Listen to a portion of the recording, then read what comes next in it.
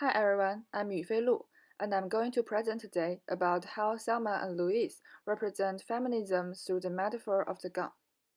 Today's presentation is going to be divided into three sections: introduction about the movie and my research topic, analysis about how it represents, and the conclusion. The first part is introduction. Selma and Louise is a feminist film in the form of a road movie genre.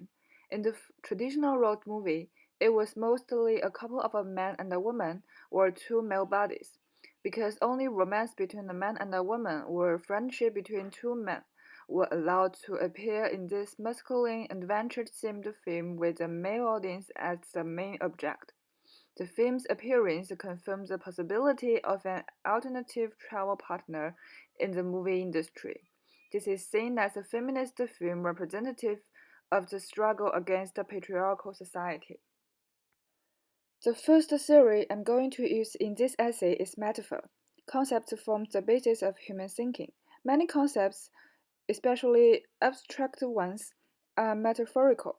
Metaphors consciously shape the way we think, and most of the metaphors are culturally determined. Another important theory we used here is representation. Media contains signs. These signs represent things from the real world. Representation in media affects how we view things in the real world around us, how we think about them, and how we interact with them. However, media cannot represent everything from the real world, so choices about what to include must be made. What do we choose to represent is ideology. In this film, the ideology is feminism. The gun is a symbol of violence and male power, and by American culture, it also represents independence and rebel. The attitude about the gun of two characters transform their never willing to hold it to become in active control.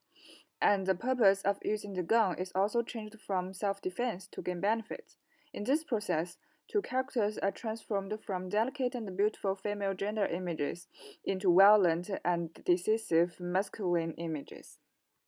In the second part, we are going to analyze how the gun is represented in the film. The differences of how characters' interaction with guns represent the development of them and the expression of feminism. Guns have traditionally represented violence and patriarchy. The same is true in this film. Selma, who is married, owns a gun that her husband gave her for self-defense, but she kept it in the drawer and never used it. And Louise have no gun. Since then, the gun has become a symbol of male authority. Selma took over the authority from her husband and could not use it without permission. Louise, who is unmarried, although independent, capable, and living alone, is probably more vulnerable to be attacked, but she does not have the authority. I'm going to break down their journey into three phases, analyzing the state of the gun, which is the authority in each phase. The first phase is the beginning of their journey. At this phase, they were well dressed and beautiful. Both were negative to touch the gun. They understand that they have no authority at present and they have no desire to try to control the authority. Louise shot the rapist only to protect Selma. In this phase, female is passive-aggressive for the purpose of self-defense.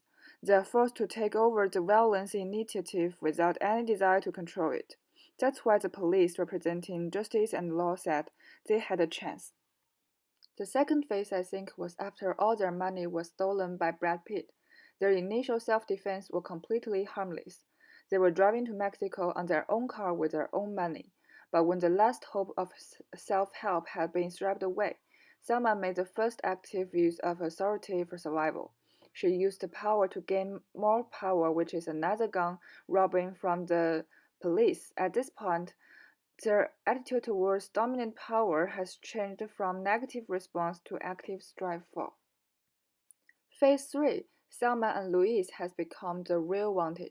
They became real shooters who could skilled change the bullet.